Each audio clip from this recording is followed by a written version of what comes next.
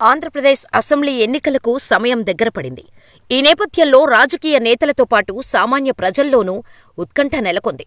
ఇదే సమయంలో అధికార వైఎస్సార్సీపీ 175 స్థానాల్లో గెలుపే లక్ష్యంగా ప్రణాళికలు రచిస్తోంది. ముఖ్యంగా అభ్యర్థుల విషయంలో సీఎం వైఎస్ జగన్మోహన్ రెడ్డి తీసుకుంటున్న నిర్ణయాలు ప్రత్యర్థులను ఆశ్చర్యానికి, అయోమయానికి గురిచేస్తున్నాయనే టాక్ వినిపిస్తోంది. ఇప్పటివరకు సీఎం జగన్ తీసుకున్న ఎన్నో నిర్ణయాలు సంచలనమే. తాజాగా తీసుకున్న మరో నిర్ణయం కూటమికి నిద్రపట్టనివ్వడం లేదని టాక్ వినిపిస్తోంది. ఎన్నికల సమయం దగ్గర పడుతున్నా కొద్దీ సీఎం జగన్మోహన్ రెడ్డి వ్యూహాత్మకంగా అడుగులు వేస్తున్నారు. ప్రతిపక్షాలు ప్లాన్ వేసేలోపే జగన్మోహన్ రెడ్డి అమలు చేస్తున్నారు. అంతేకాక అసెంబ్లీ, లోక్సభ స్థానాల్లో పోటీ చేసే అభ్యర్థుల విషయంలో సీఎం జగన్ చాలా వ్యూహాత్మకంగా ముందుకెళ్తున్నారు. గతంలో ప్రతిపక్ష నేతగా సీఎం జగన్ ప్రణాళికలు రచించి 2019లో ఘన విజయం సాధించారు. ఈసారి సీఎం హోదాల్లో జగన్మోహన్ రెడ్డి ఎన్నికల బరిలోకి దిగారు.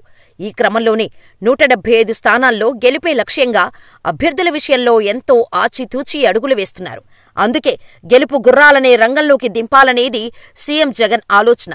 అలాగే సామాజిక వర్గం, స్థానికంగా ఉండే అనుకూల అంశాలతో పాటు ఇతర అంశాల ప్రాతిపదికన అభ్యర్థులను సీఎం జగన్ ప్రకటిస్తున్నారు.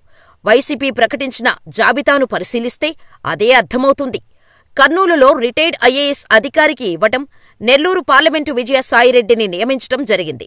ఇక ఎంతో ప్రతిష్టాత్మకంగా తీసుకున్న మంగళగిరి విషయంలో లోకేష్కి మైండ్ బ్లాక్ అయ్యే నిర్ణయం తీసుకున్నారని పలువురు అభిప్రాయపడ్డారు. అక్కడ స్థానికత, ఇతర అన్ని అంశాలను పరిగణనలోకి తీసుకున్న సీఎం జగన్ మురుగుడు లావణ్యను మంగళగిరి ఇన్ఛార్జిగా ప్రకటించారు. ఇలా ఒక్కొక్క జాబితా ఊహించని ట్విస్టులు ఇస్తూ సీఎం జగన్ టీడీపీ జనసేన కూటమిని గందరగోళానికి గురిచేస్తున్నారు. తాజాగా విడుదల చేసిన 11వ జాబితాను చూసినట్టయితే ఏకంగా ఉమ్మడి తూర్పుగోదావరి, విశాఖ జిల్లాను టార్గెట్ చేసినట్టు కనిపిస్తోంది. అందరూ రాజోలు నుంచి సిట్టింగ్ ఎమ్మెల్యే రాపాక వరప్రసాద్ పోటీ చేస్తారని భావించారు. అయితే తాజాగా జాబితాలో ఆయనను అనకాపల్లి పార్లమెంటు స్థానానికి ఇన్ఛార్జిగా నియమించి ఊహించని మరో షాకిచ్చారు సీఎం జగన్. ముఖ్యంగా రాపాకు అనకాపల్లి పార్లమెంటు పరిధిలో మంచి గుర్తింపు ఉందని సమాచారం. మాజీ మంత్రి గొల్లపల్లి సూర్యారావుకు ఆ పార్లమెంటు పరిధిలో బలం ఉందట. అలాగే ఆ పరిధిలోనే వైసీపీ పార్టీ బలం, సామాజిక సమీకరణాలు వంటి ఇతర అంశాలు రాపాకకు, పార్టీకి సానుకూలంగా మారుతాయని పొలిటికల్ ఎనలిస్టులు అభిప్రాయపడుతున్నారు. ఇదే స్థానంలో ఇప్పటికే టీడీపీ, జనసేన నేతల మధ్య అంతర్గత కుమ్ములాటలు సాగుతున్నాయని, వీరి ఉమ్మడి అభ్యర్థిని ఇంకా ప్రకటించలేదు.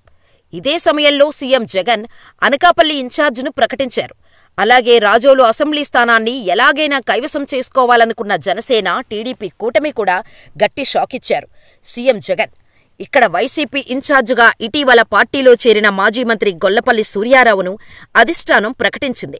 దీంతో ఈ ప్రభావంతో అటు అనకాపల్లి జిల్లా, కోనసీమ జిల్లాలో టీడీపీ, జనసేన కూటమి క్లీన్ బౌల్డ్ చేస్తుందని రాజకీయ విశ్లేషకులు అభిప్రాయపడుతున్నారు. మొత్తానికి సీఎం జగన్ వేసిన మాస్టర్ ప్లాన్ టీడీపీ, జనసేన కూటమికి నిద్రలేకుండా చేస్తుందనే పొలిటికల్ ఎనలిస్టులు, వైసీపీ నేతలు అంటున్నారు. అయితే ఏపీలో వచ్చే ఎన్నికల్లో గెలిచేదెవరు? ఇప్పుడు ఏపీతో సహా ఇతర రాష్ట్రాల్లోనూ ఈ అంశం ఆసక్తికరంగా మారుతోంది. సీఎం జగన్ మరోసారి అధికారం తనదేననే ధీమాతో ఉన్నారు. టీడీపీ, జనసేన ఎలాగైనా జగన్ను ఓడించాలనే లక్ష్యంతో ఉన్నాయి. బీజేపీ ఇప్పుడు ఈ రెండు పార్టీలతో కలిసి వస్తుందనే సంకేతాలు వెలువడుతున్నాయి. ఈ సమయంలో ప్రముఖ సర్వే సంస్థ ఏపీలో పబ్లిక్ పల్స్ ఎలా ఉందో స్పష్టం చేసింది. అధికారం ఎవరిదో తేల్చేసింది. ప్రముఖ సర్వే సంస్థ ఆత్మసాక్షి గ్రూప్ ఏపీలో ఎన్నికల ఫలితాలపై సర్వే నివేదికలను వెల్లడించింది. మొత్తం 13 ఉమ్మడి జిల్లాల్లో ఏ పార్టీకి ఎన్ని సీట్లు వస్తాయనేది అంచనా వేసింది. మహిళలు, పురుషులు, వయసు ఆధారంగా వివిధ అంశాలపైన సర్వే చేసింది. ఈ సర్వేలో అధికార వైసీపీకి స్పష్టమైన ఆధిక్యత కనిపించింది. సర్వే సంస్థ వెల్లడించిన వివరాల మేరకు వైసీపీకి ఈ ఎన్నికల్లో 48% ప్రజామద్దతు ఉండగా, టీడీపీ కూటమికి 46.50% ఉన్నట్టుగా తేల్చింది. ఇతరులు 3.25% ఉండగా, సైలెంట్ ఓట్ ఫ్యాక్టర్ 2.25%గా నిర్ధారించింది. వైసీపీకి 106 నుంచి 110 స్థానాలు, టీడీపీ, జనసేన కూటమికి 64 నుంచి 68 స్థానాలు వస్తాయని అంచనా వేసింది.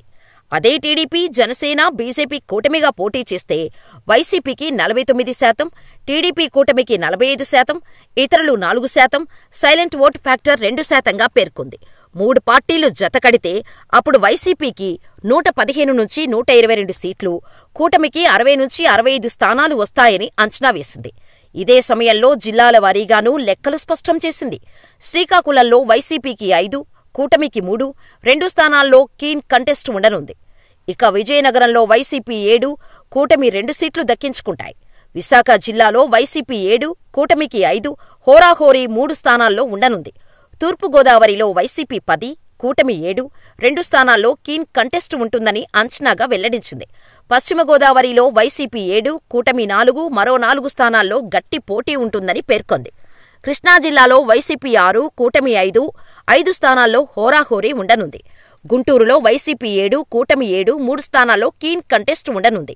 ప్రకాశంలో వైసీపీ 5, కూటమి 5, 2 చోట్ల హోరాహోరీగా పేర్కొంది.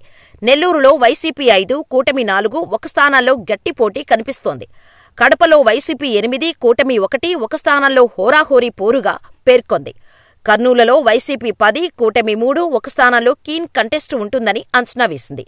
అనంతపురంలో వైసీపీ 7, కూటమి 3, హోరాహోరీ మరో 4 స్థానాల్లో ఉందని వెల్లడించింది.